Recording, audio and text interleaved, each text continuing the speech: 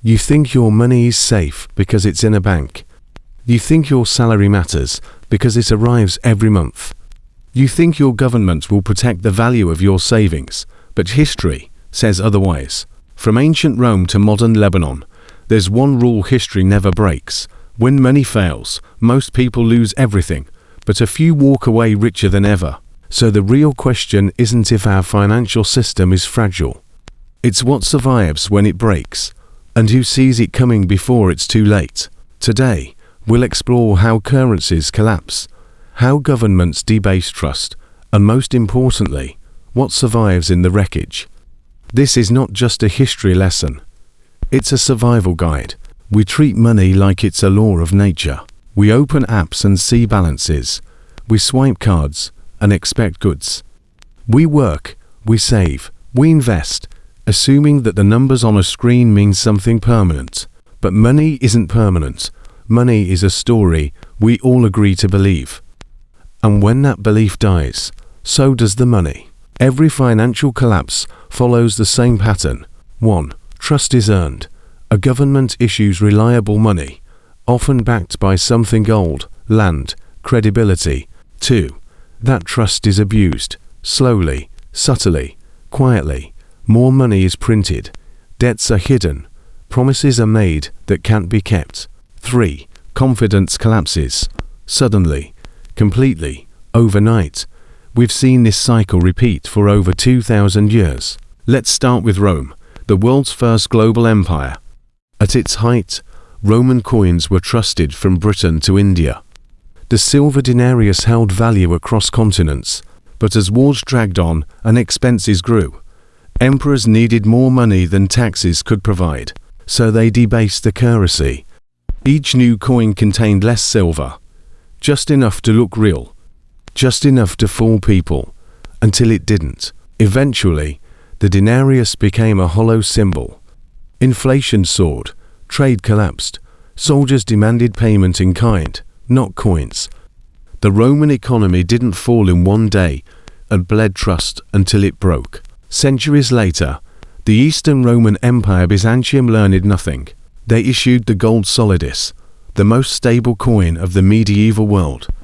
For 700 years, it remained nearly unchanged. It was trusted across Europe, the Middle East, and Asia.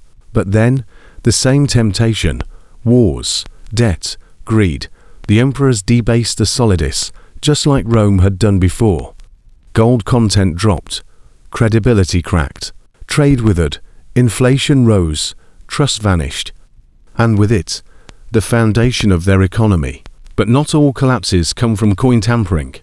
Sometimes the system breaks from the outside. In the 14th century, the Black Death swept through Europe. Half the population died, cities emptied, villages vanished. And yet, something strange happened. With fewer workers, labor became valuable. Land was suddenly abundant, food prices dropped. Survivors could demand higher wages and many moved up the social ladder. Collapse, for those who lived, became opportunity. Does that sound familiar? In 2020, during COVID, those with cash bought assets, homes, stocks, businesses. Those without lost jobs, missed rent, watched prices skyrocket. Pandemics don't just kill people, they redistribute wealth. 1340s Florence was the Wall Street of medieval Europe. Its banking families like the Bodi and Peruzzi financed kings and empires. But they made one fatal mistake. They trusted the wrong borrower. When Edward III of England defaulted on massive loans during war, the banks collapsed. Depositors were wiped out. Florence's economy imploded.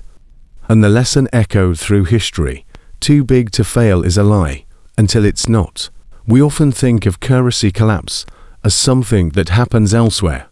But the United States lived through one during the Civil War. The Union printed greenbacks, not backed by gold, just government promises. The Confederacy printed graybacks even more recklessly. By war's end, Confederate money was worthless. Inflation hit thousands of %. Families carried bags of bills that couldn't buy bread. Those who survived held land, gold, or goods, not promises. In 1790s France, Revolutionaries seized land from the church and issued assignats paper money backed by that land. It started well. Then they printed more and more. Prices soared. Wages froze. Soon, farmers refused paper altogether. They wanted silver, food, goods. Bread riots returned. The revolution devoured itself. The lesson: paper money, no matter how noble its origin, dies when it's overprinted.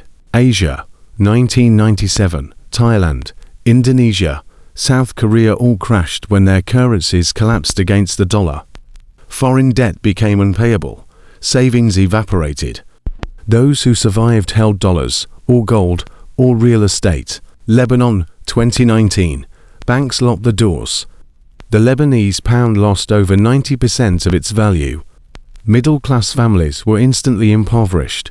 People stood in lines outside banks begging for money that no longer existed. The ones who made it out had moved their wealth abroad, or into hard assets. 2008. US housing collapsed. Millions lost homes. Banks got bailed out. You didn't. 2020. Trillions were printed. Stock prices recovered. The wealthy bought more. 2023. Regional US banks collapsed when depositors panicked. A reminder that safety is a story we tell ourselves. And every time, those who trusted the system the most lost the most. So, what survives when money fails? It's never paper. It's never apps. It's never institutions. It's always real assets, gold, land, tools, food. Real skills are baking, building, repairing, growing, trading. Real trust, not in systems, but in people and communities. In every collapse, the survivors are those who doubt early, diversify widely, hold things that can't be printed, frozen, or inflated away. 3 takeaways. 1.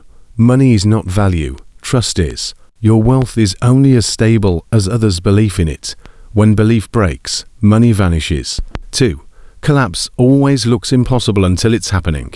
Rome, Byzantium, Lebanon, France, none thought they'd collapse, until they did. 3. The winners are those who prepare when things still look safe. When everyone else is confident, the wise are cautious. Survival belongs to the early skeptics, not the late believers. The question is not whether money will fail. It always does eventually. The question is, will you be one of the many holding promises, or one of the few holding something real? Because history doesn't just teach, it warns. And right now, it's whispering louder than ever. If this video opened your eyes, don't let it stop here. Subscribe to Echoes of Wealth for more deep dives into history's most brutal financial lessons. Comment below. What do you think survives when money fails? Like the video to help it reach more people before the next collapse begins. And remember, stay curious, stay skeptical, and always listen to the echoes of wealth.